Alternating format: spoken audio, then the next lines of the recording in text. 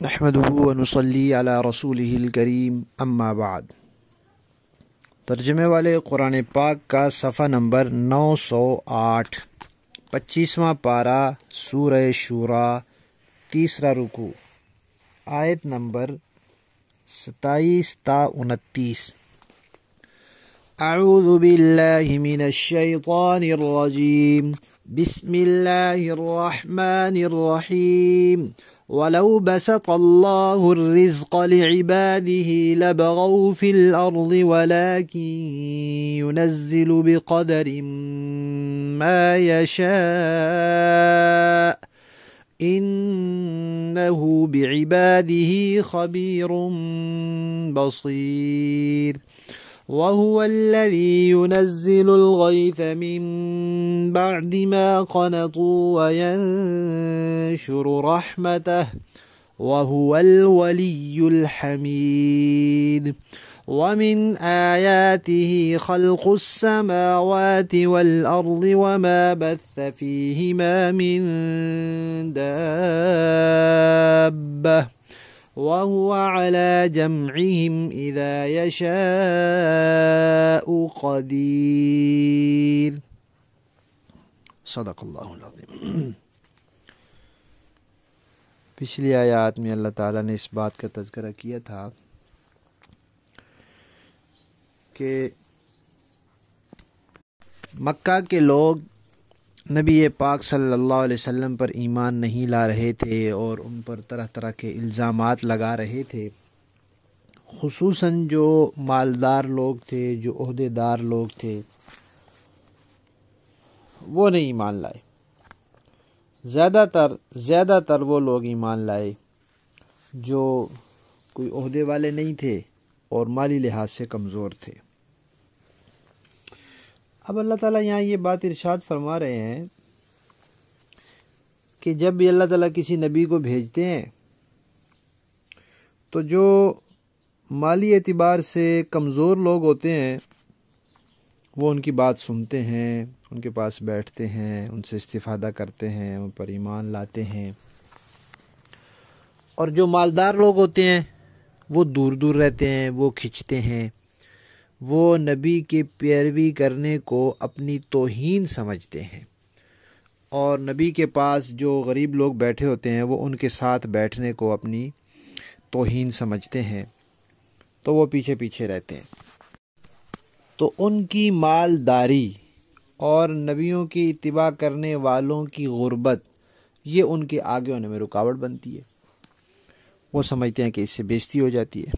تو اللہ تعالیٰ نے یہاں ان کو سمجھایا ہے کہ کسی کا مالدار ہونا اور کسی کا غریب ہونا، اس کا تعلق عزت اور ذلت سے نہیں ہے، یہ تو اللہ تعالیٰ کی حکمت ہے۔ کسی کو اللہ نے زیادہ مال دیا، کسی کو تھوڑا دیا، تو اس وجہ سے کسی کو پیچھے نہیں ہٹنا چاہیے۔ اللہ تعالیٰ نے پھر مثال دی ہے۔ پہلی مثال بارش کی، کہ بارش ایک جیسی نہیں برستی، کبھی کم ہوتی ہے کبھی زیادہ، کسی جگہ کم ہوتی ہے کسی جگہ زیادہ، کہیں سخت زمین ہوتی ہے کہیں نرم، کہیں چٹیل، کہیں پہاڑی۔ کبھی تو بارشیں اتنی ہوتی ہیں کہ سیلاب آ جاتے ہیں، اور کبھی بالکل نہیں ہوتی کہ قحط پڑ جاتا ہے، اور کبھی مسلسل بارشیں ہوتی رہتی ہیں تو پیداوار ہوتی رہتی ہے، اور کبھی بارشیں بالکل ہوتے ہوتے ختم ہو جاتی ہیں، بند ہو جاتی ہیں، تو لوگ پریشان ہو جاتے ہیں۔ اور پھر پریشانی کے بعد پھر اللہ تعالیٰ پھر بارش بھیج دیتے ہیں۔ جب لوگ نا امید ہو گئے ہوتے ہیں، مایوس ہو گئے ہوتے ہیں، اللہ پھر بارش بھیج دیتے ہیں، اور پھر بارش سے جو سبزہ نکلتا ہے وہ ہر طرف اللہ پھیلا دیتے ہیں۔ تو جیسے بارش کا کبھی ہونا کبھی نہ ہونا، کہیں ہونا کہیں نہ ہونا، کبھی کم ہونا کبھی زیادہ ہونا، کبھی سیلاب ہونا کبھی قحط ہونا، یہ اللہ تعالیٰ کے اختیار میں ہے۔ تو اسی طرح روزی کے اسباب بھی اللہ کے اختیار میں ہے، مالدار ہونا نہ ہونا، کم ہونا زیادہ ہونا، کسی کا ہونا کسی کا نہ ہونا، یہ سب۔ اسی طرح اللہ تعالیٰ نے مثال دی ہے کہ اللہ تعالیٰ نے آسمان اور زمین بنائے ہیں، انسان کی معاشی ضروریات پوری ہوتی ہیں، آسمان سے بارش برستی ہے، زمین سے غلہ اگتا ہے، زمین میں جتنی مخلوقات چلتی پھرتی ہیں، حرکت کرتی ہیں، ان کو اللہ تعالیٰ روزی پہنچاتے ہیں۔ تو جب اللہ نے ان مخلوقات کو اور ان کے لیے روزی کو پھیلایا ہے تو پھیلانے والی ذات اس بات پر بھی قادر ہے کہ ان کو پھر سمیٹ لے اور ان سب سے حساب لے لے۔ پھر اللہ تعالیٰ نے ایک بات یہاں یہ فرمائی ہے کہ اگر اللہ تعالیٰ دنیا کے سارے لوگوں کو مالدار کر دیتے تو فساد ہی فساد ہو جاتا۔ کیسے فساد ہوتا؟ دو طرح۔ ایک تو یہ کہ دنیا کا نظام ٹھپ ہو جاتا، نظام رک جاتا، نہیں چل سکتا، اس لیے کہ دنیا کا نظام چلانے کے لیے مزدور کی ضرورت ہے، ملازم کی ضرورت ہے۔ گھر بنانا ہے تو مزدور بنائے گا، سامان اٹھا کر لائے گا، اینٹیں ڈھوئے گا، گارا ڈھوئے گا تو کرے گا کام۔ جوتے سلوانے ہیں تو اس کے لیے کام ہے، مزدوری کی ضرورت ہے، کام کی ضرورت ہے۔ بڑے کارخانے ہیں، ان میں ملازموں کی ضرورت ہے۔ ملازمت مزدوری وہ کرتا ہے جو بیچارہ غریب ہوتا ہے، اس کے پاس زیادہ پیسہ نہیں ہے، تو اس طرح کر کے اپنی روزی چلاتا ہے، اپنی روزی کے لیے محنت کرتا ہے۔ تو جب سارا آدمی مالدار ہوگا، لاکھوں کروڑوں اربوں والا ہوگا، وہ کیوں مزدوری کرے گا؟ وہ کیوں کسی کی ملازمت کرے گا؟ تو جب ملازم نہیں ہوں گے تو کارخانے کیسے چلیں گے؟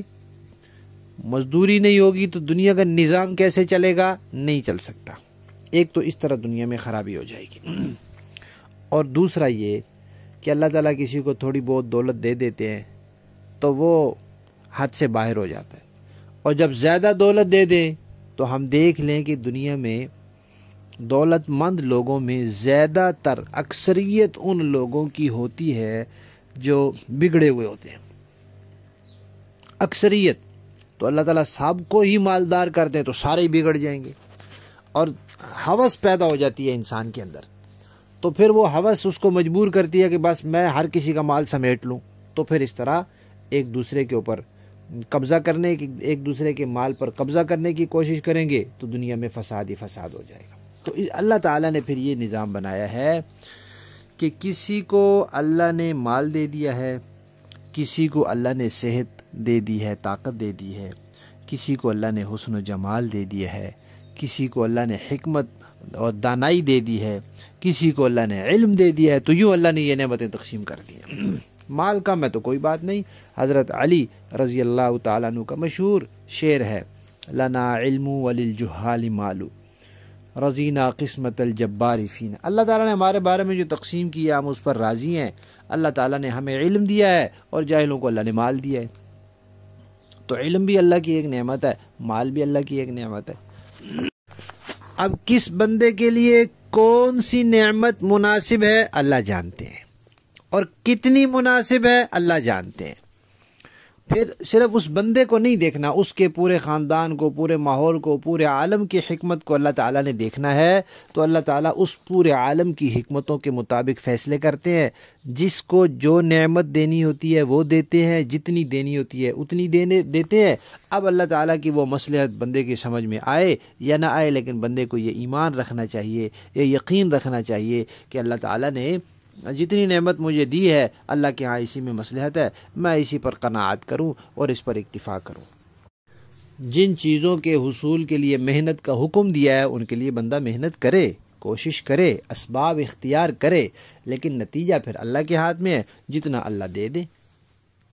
لفظی معنی دیکھیں، وَلَوْ، اور اگر بسطا، کشادہ کر دیتے، اللہ تعالی، الرزق، روزی، لعبادہ، اپنے بندوں کے لیے، لبغوا، تو وہ سرکشی کرنے لگتے، فی الارض، زمین میں، ولیکن، لیکن، ینزل، اللہ تعالی نازل کرتے ہیں، بقدر، اندازے سے، ما یشاء، جتنا وہ چاہتے ہیں، انہو، یقیناً وہ، بعبادہ، اپنے بندوں کے بارے میں، خبیر، خبر رکھنے والے ہیں، بصیر، دیکھنے والے ہیں، حکیم بھی ہیں، خبیر بھی ہیں، بصیر بھی ہیں۔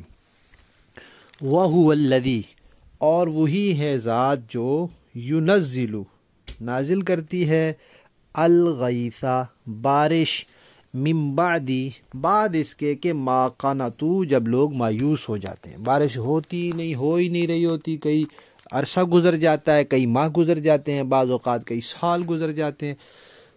پھر وینشر اور اللہ پھیلا دیتے ہیں رحمتہ اپنی رحمت کو، یعنی بارش سے پھر ہر طرف سبزہ پھیل جاتا ہے. وہوا اور اللہ ہی الولی کارساز ہیں، الحمید تعریفوں والے ہیں کہ ایسی عظیم الشان حکمتوں کے مطابق کام کرتے ہیں تو تعریفوں والے ہیں. ومن آیاتہ اور اللہ کی نشانیوں میں سے خلق پیدا کرنا ہے السماوات آسمانوں کا والارض اور زمین کا وما بثا اور جو پھیلائے ہیں اللہ نے فیہما ان دونوں میں من دابہ چوپائے یعنی چلنے والے پھرنے والی مخلوق. وہوا اور اللہ تعالی علی جمعہم ان مخلوق کو جمع کرنے پر، جس مخلوق کو اللہ نے پھیلایا ہے اس مخلوق کو جمع کرنے پر اذا جب یشاء وہ چاہے قدیر قدرت رکھنے والا ہے. جس کو پھیلایا ہے اس کو جمع کرنے کی قدرت بھی اسے حاصل ہے. با محاورہ دیکھیں جی. وَلَوْ بَسَطَ اللَّهُ الرِّزْقَ لِعِبَادِهِ لَبَغَوْا فِي الْأَرْضِ وَلَكِنْ يُنَزِّلُ بِقَدَرٍ مَا يَشَاءُ إِنَّهُ بِعِبَادِهِ خَبِيرٌ بَصِيرٌ. اور اگر اللہ اپنے تمام بندوں کے لیے رزق کو کھلے طور پر پھیلا دیتا تو وہ زمین میں سرکشی کرنے لگتے، مگر وہ ایک خاص اندازے سے جتنا چاہتا ہے رزق اتارتا ہے. یقیناً وہ اپنے بندوں سے پوری طرح باخبر اور ان پر نظر رکھنے والا ہے. وَهُوَ الَّذِي يُنَزِّلُ الْغَيْثَ مِن بَعْدِ مَا قَنَطُوا وَيَنشُرُ رَحْمَتَهُ وَهُوَ الْوَلِيُّ الْحَمِيدُ. اور وہی ہے جو لوگوں کے نا امید ہونے کے بعد بارش برساتا ہے اور اپنی رحمت پھیلا دیتا ہے، اور وہی ہے جو سب کا رکھوالا ہے اور قابل تعریف ہے. وَمِنْ آيَاتِهِ خَلْقُ السَّمَاوَاتِ وَالْأَرْضِ وَمَا بَثَّ فِيهِمَا مِنْ دَابَّةٍ وَهُوَ عَلَى جَمْعِهِمْ إِذَا يَشَاءُ قَدِيرٌ. اور اس کی نشانیوں میں سے ہے آسمان اور زمین کی پیدائش اور وہ جاندار جو اس نے ان دونوں میں پھیلا رکھے ہیں، اور وہ جب چاہے ان کو جمع کرنے پر پوری قدرت رکھتا ہے. صدق اللہ العظیم.